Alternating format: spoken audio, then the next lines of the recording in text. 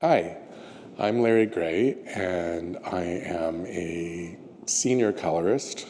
We have to use that word delicately at this point in my life. I'm a master colorist at Sukis. I've been coloring hair for more than 40 years, and I thought it would be nice to take an opportunity to share some information with you about how hair color works and what we do in the salons. So Larry, what is the pH scale? The pH scale is a really important element in what we're doing in hair coloring in the salons. So the scale is from 0 to a measure from 0 to 14, and 7 we call neutral. It's in the middle of the scale. Each level of the pH scale is 10 times higher than the previous one. So as we elevate pH when we're working in the salons doing hair color, we need to be very conscious of that, and it's important to understand how relevant that is to having successful hair color. So for example, our hair and skin has a pH of about 4.5 to 5.5. And anything above that level pH is alkaline to the hair. Anything that we do to the hair that is alkaline causes the hair to swell and can potentially cause damage to the hair depending on how high the pH is and how long the hair is exposed to those higher pH levels. What are all different types of hair color? All the different types of hair color. I'm going to talk a little bit about the history of hair color because that's so important, and it helps when we look at the history to understand how we've come to where we are now. Initially in our profession, there really was only permanent hair color, which has a high pH, usually 8 to 10, and there was something that we called a semi-permanent hair color, which was sort of pre-developed pigments that we didn't mix with any developer, any peroxide. And it had a slightly elevated pH, so it would swell the hair and those pigments would kind of stick on the outside of the hair.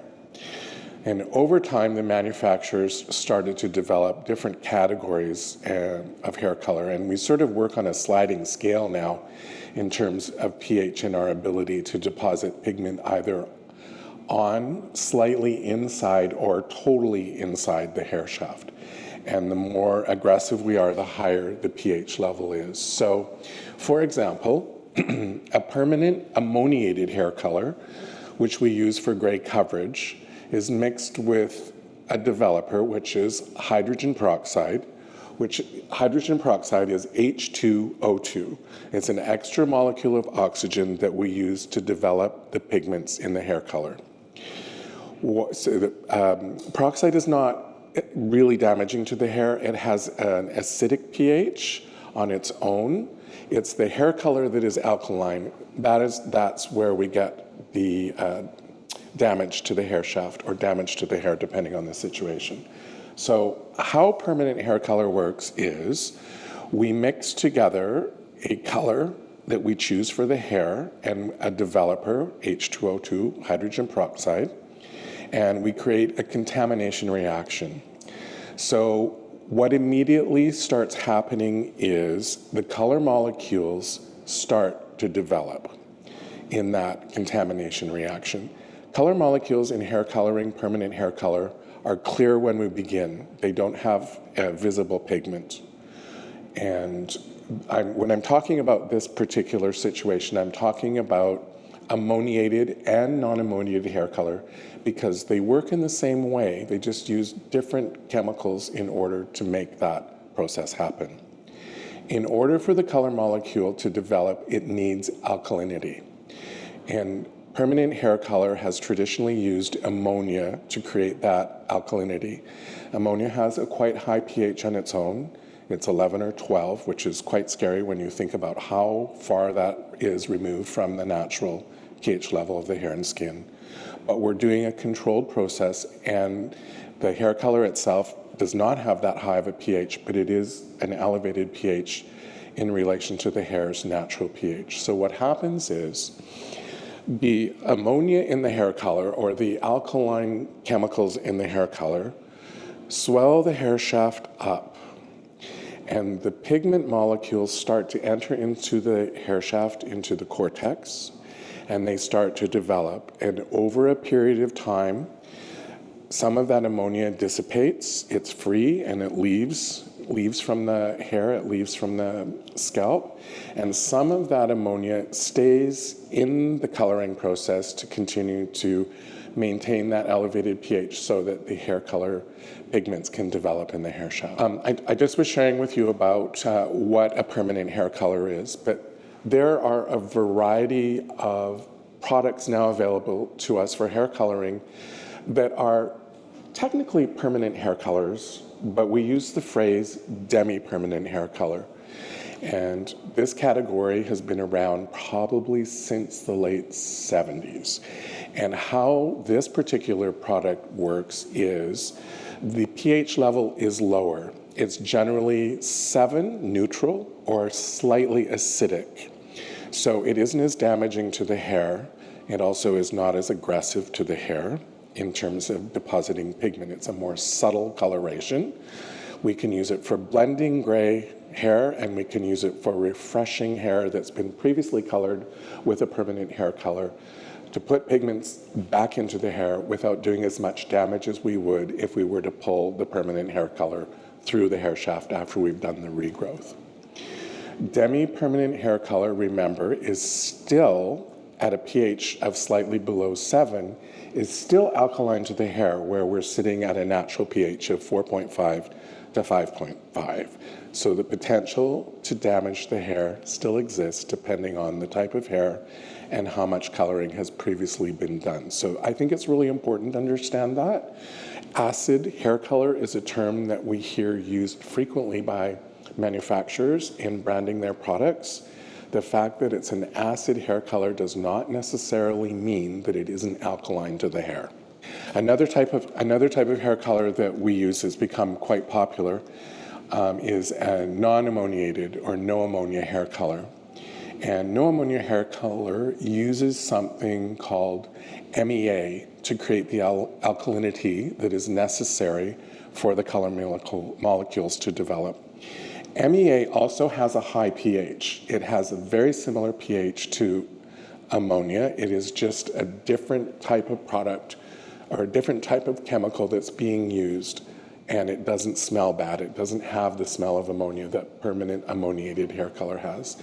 And lots of people feel safer using that product and or are under the impression that it's less damaging to the hair, which is not necessarily true. Also in hair, and also in the process of coloring hair, we often will use a lightener. This is for highlighting, balayage techniques, removing pigment from the hair and coloring to new colors, sometimes with very bright colors, which are a different category of hair color, which I'll talk about in a moment. The lighteners that we use are buffered. The pH is buffered, but they are alkaline to the hair.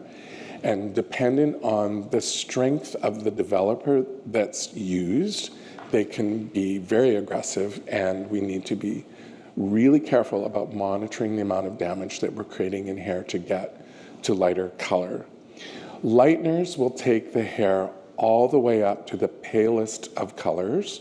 It's the kind of product that we need to use to get cool blondes, and it's also a type of product that we need to use if we want to lighten very dark hair to a lighter shade that doesn't have warmth in it. So I think it's so important to understand how pH relates to what we're doing with hair color, and to make informed decisions about what's best for our hair or what's best for your hair when it comes to doing coloration on the hair. Is there any difference between of the shelf color and the professional colors? Is there any difference between off-the-shelf color and professional hair color? Yeah, there definitely is, because the mission, the mandate of the manufacturers is very different when we compare those two products. Manufacturers that are producing hair color for us professionally have a mandate to garner as much market share as they can and provide us with really beautiful products to work with. Professional hair color uses quite expensive pigments, and and the branding is to professionals. So that product is a very different category to an off-the-shelf hair color, where the mandate is to produce a hair color that's inexpensive to make, in the interest of providing shareholders in these companies with a better profit margin. Generally speaking, most off-the-shelf hair colors try to mimic what people hear about professional hair color, but in my experience, they don't do a very good job when it comes to results. The pigment molecules are generally more flat, not as transparent and shiny, and the ammonia content is usually quite high in the interest of getting gray coverage. People who color their hair with commercial or off-the-shelf hair color usually find that it fades really quickly, and the reason for that is the high alkalinity and the type of pigment molecules that are being used. And also, there's a lot of branding, advertising kind of branding with off-the-shelf hair color that's part of the investment versus a professional hair color, where the investment really is in research and development to produce the best possible products for us to work with to give the best results that we can get. And as professionals, we are demanding that we have that kind of backup from our manufacturers. People who are using hair color at home, we often find that what happens is there's a buildup of hair color on the hair shaft. So perhaps they're trying to do just the regrowth of scalp area themselves, but there's a lot of overlap that happens. It's pretty difficult to do your own hair color successfully. And so the pigment becomes increasingly deposited through the mid and ends of the hair shaft. And so when that client comes into the salon and wants to remove that pigment and go lighter, it can present us with some real challenges. And depending on how dark the shade was that's being used. And in fact, some of the very dark shades of the off-the-shelf hair color, like dark brown and black, are extremely difficult to remove because they're using very old pigment molecules that are super flat and hard, very hard to get out of the hair. Generally, when someone's been coloring their hair at home, it's a bit of a journey for us to get the hair back to a healthier, shinier place. I often say to clients, it'll take more than one visit. We will be doing like a color correction to start with and working towards having a healthier hair, more natural looking hair color, and working with dimensional techniques to create natural looking results. Can you take us to the beginning and tell us how did you first fall in love with hair color? Sure. I always wanted to be a hairdresser. My grandmother used to say that I would identify people by their hair color rather than their name. I started training as a hairdresser at a time when there really was not a category called hair colorist. But as an artist, I'm also paint, and I have always my entire life been a painter. I was really attracted to hair color, and after I did my basic training, I discovered that I could do more advanced training with Vidal Sassoon, and in the process of organizing that, I also came to realize that there was a woman by the name of Annie Humphreys at Vidal Sassoon who was a dedicated hair colorist, and so I wanted to spend some time with her, which I did. And so I worked as a hairdresser initially, and then became much more focused on hair color in late 1979, and now I'm really aging myself. In late 79, when I was very young, I came to talk to Suki because I was referred to her from Annie Humphreys because Suki was sending members of her team to train at Vidal Sassoon. And I came and interviewed with Suki to apply for a position as a hair colorist. And in the beginning of 1980, I began working with Suki as an apprentice hair colorist. And Suki was a fabulous hair colorist, by the way. She knew hair color very well. And we also were doing, of course, at that time, perms were very trendy. But I kind of that's how it began, and I was really passionate in love with doing hair color right from the very beginning, and wanted to be the best that I could possibly be, and also in retrospect have come to realize that I really kind of was one of the first hair colorists on the West Coast, possibly first.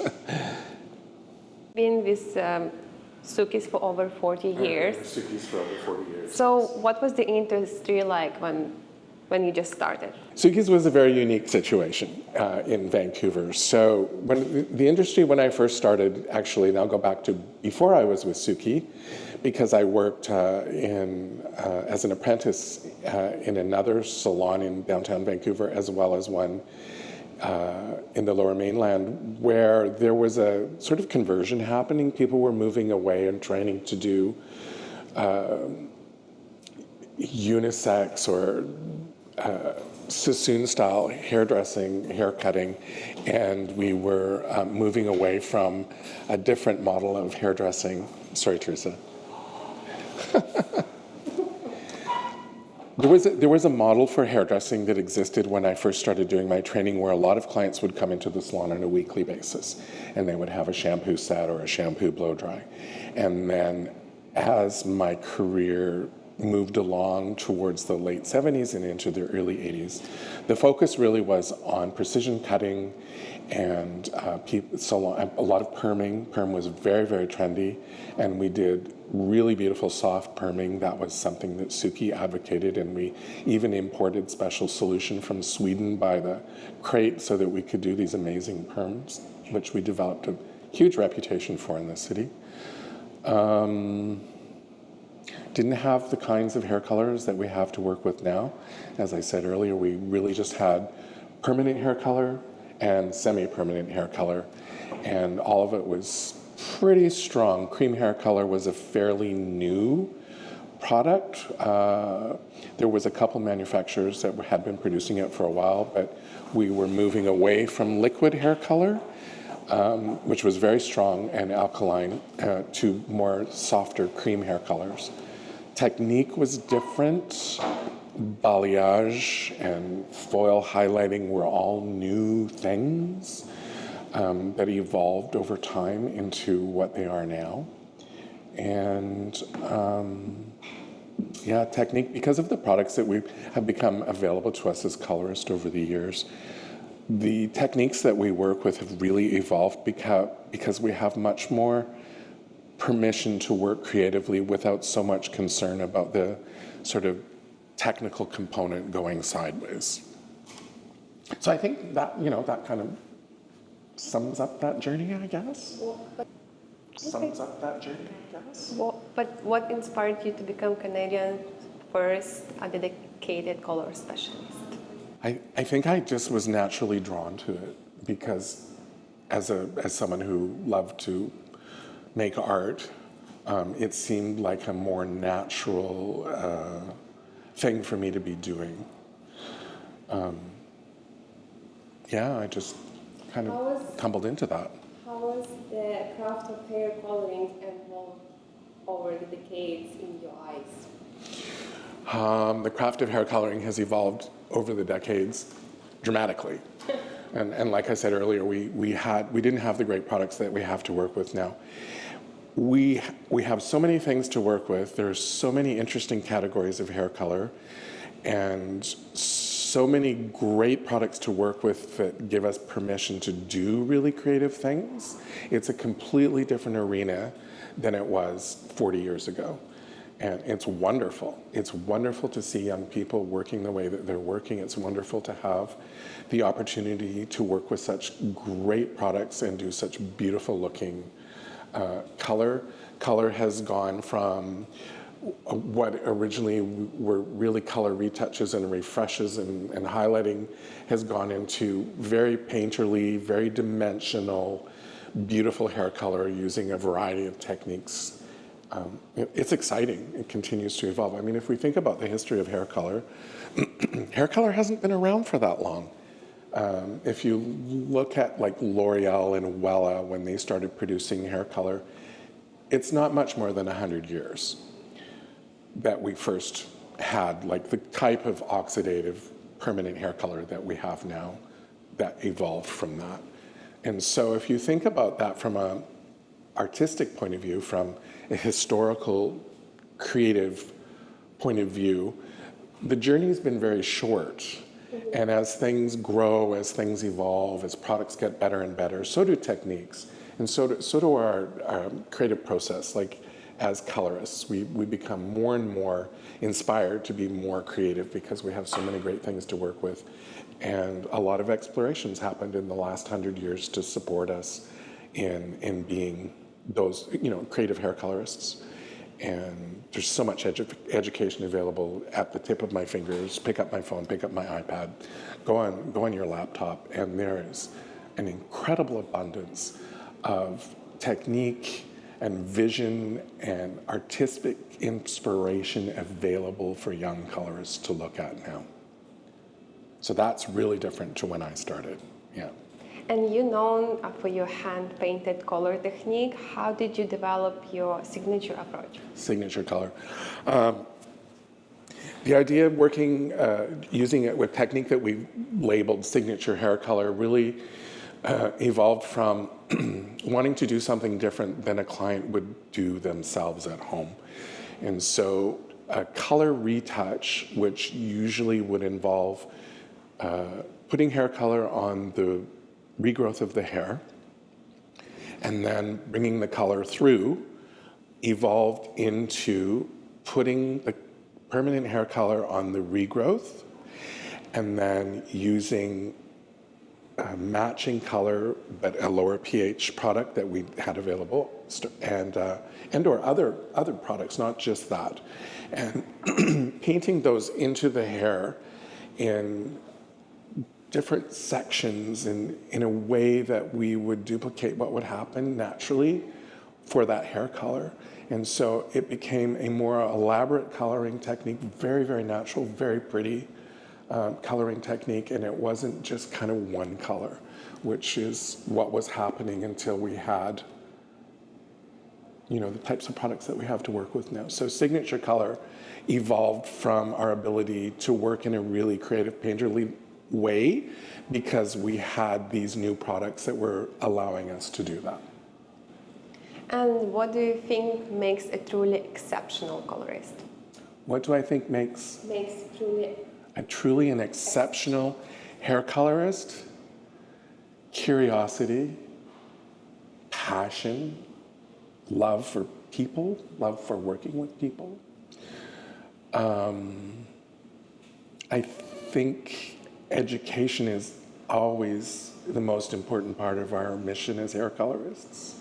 We need to, not only in the arena of hair coloring, but really looking at art history and art making and helping ourselves to think in a really creative way about what we're doing.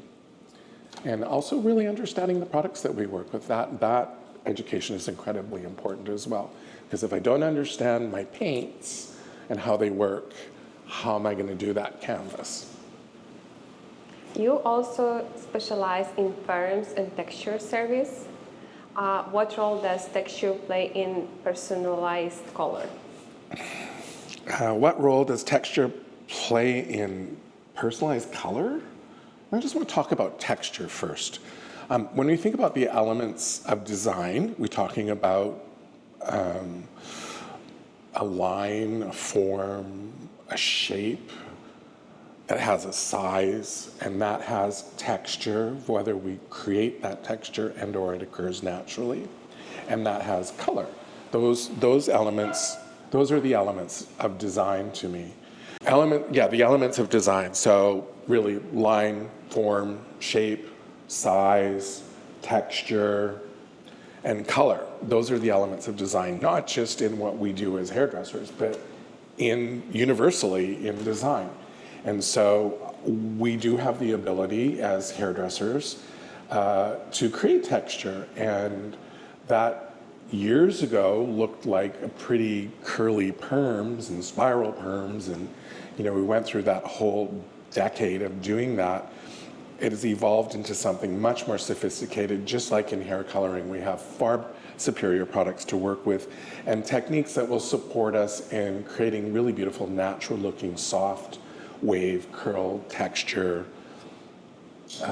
change in the hair. And so that's a marvelous part of what we do as well as technicians, as hair colorists slash technicians, working with chemicals to create texture and color in the hair. When you look at someone's hair, what do you immediately assess before? When I look at someone's hair, what do I start? How do I assess the situation? Well, boy, that's a multi-layered thing. So, you know, I think I'd start answering that question by saying, working as a dedicated hair colorist or texture artist, it's very, very important that I am also, as I said earlier when we're talking about the elements of design, that I'm also working co-creatively with a stylist, because everything needs to be cohesive. It needs to be congruent, and that's how we get to the most beautiful place. When it comes to hair color, what am I assessing? I think, first of all, I need to look at the canvas, what's previously been done, if anything, and what the techniques necessary will be in order to get to where we're discussing we want to go. I'm also looking at things like eye color, skin tone, and also I think what we do as color artists is it's also quite kinesthetic. Like there's something about sort of feeling the person, understanding sort of what they're about, what they do, what their lifestyle is, because that's relevant to what we're going to do with their hair color as well. Is it going to be something, keep it simple, I don't want to do it a lot? Is it going to be something like I really want a big change, or I want to be like majorly blonde? And so, you know, there's a lot of variables in there. Yeah, you know, even sometimes we look at tooth color. If someone wants to be a platinum blonde, do they have white teeth? That's important. They need to have like white teeth to have a platinum blonde, that it's cohesive, that it is aesthetically pleasing to see. Yeah.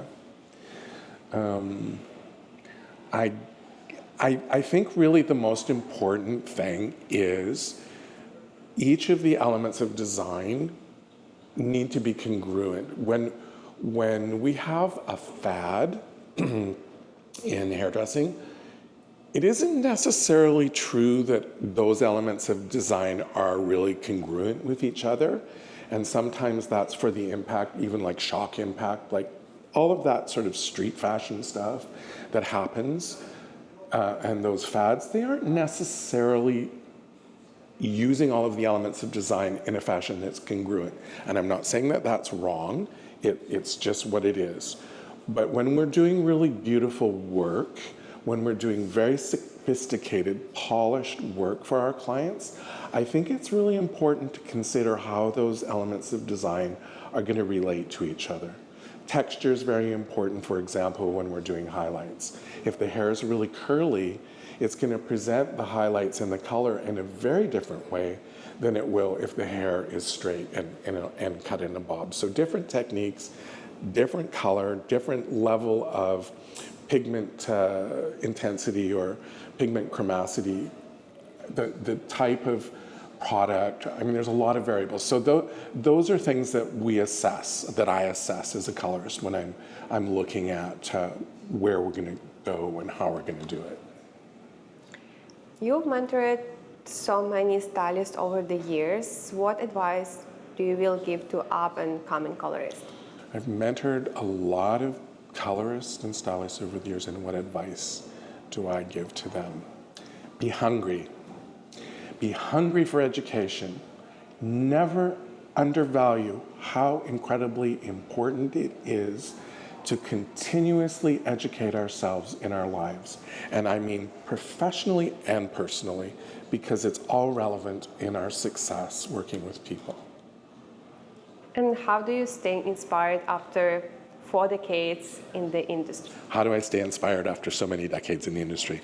I love people, I love what I do, and I just think it's so exciting to be able to do the beautiful things that I do for people. It makes me very happy to be here and to continue to grow and create. It's been just so wonderful and continues to be. What does legacy means to you in the context of your work at Suki? I guess it's really being able to support people and having as much knowledge as I can share with them for them to build successful careers. And I think a lot of it is just really by osmosis, just working together and caring about each other in a profession where we work with people and care about how they are and what we can do for them. Working with people creatively, working with people intuitively is a gift. And so if I can instill that in all of the people that I've worked with over the years in some way, I'm grateful, and I think that's a good thing. You're also a painter. Do you find a connection between your work on the canvas and your Yes. work in the salon? I'm also a painter. Do I find a connection between what I do on a canvas and I do in the salon? Absolutely. Color theory is incredibly important, and it's a lifelong study. I know when we begin educating people as hair colorists and color artists, we dumb it down and we do some really cohesive but basic instruction and education about what color is and how it works. But it's very, very subtle, and there's a lot of variable factors, and I think we are always educating ourselves about how color works. And color in general, not just hair color, but specifically hair color for us. Is there any color technique or trends that you're excited about right now? I'm always excited about hair color trends. I love right now, fashion is influenced by the world, and right now the world is it's kind of a tense place. There's a lot of stuff going on. And I always, over the years, have found when we're in those places, sort of geopolitically or just, in society, I think people start moving towards just a little softer, a little more romantic, a bit more fun to types of hair color. And so I think I see that as a trend right now. And that's exciting because it's always a challenge to reinvent or create new techniques and work with hair color. Yeah. What do you hope to see from the next generation of hair professionals? What I hope to see for the next generation of hair professionals is that they're very successful and continue to love what they're doing and stay committed to it. Coffee or tea? Coffee or tea? Tea. Favorite era of hair fashion? My favorite era of hair fashion, I can't even answer that fairly. Everything feeds into everything else. And so, for different reasons at different times, I have different favorites. One color you could work with forever? One color I could work with forever. I love ginger, copper, redheads. So, I love everything that I do, and I love all the hair colors that I do, but I do have an affinity for those warm, rich, soft, pretty colors, which, by the way, are becoming less and less in terms of existing naturally because the recessive genes that are required to be a redhead are dissipating. So we're having less and less redheads. Interesting. Describe your artistry in 3 words. Oh my God. Describe my artistry in 3 words. Expressive, elegant, appropriate. And what's something about you most people wouldn't guess? Something about me that most people wouldn't guess. It's a toss-up between being a golfer and riding a unicycle. Thank you, Larry. You're welcome, thank you.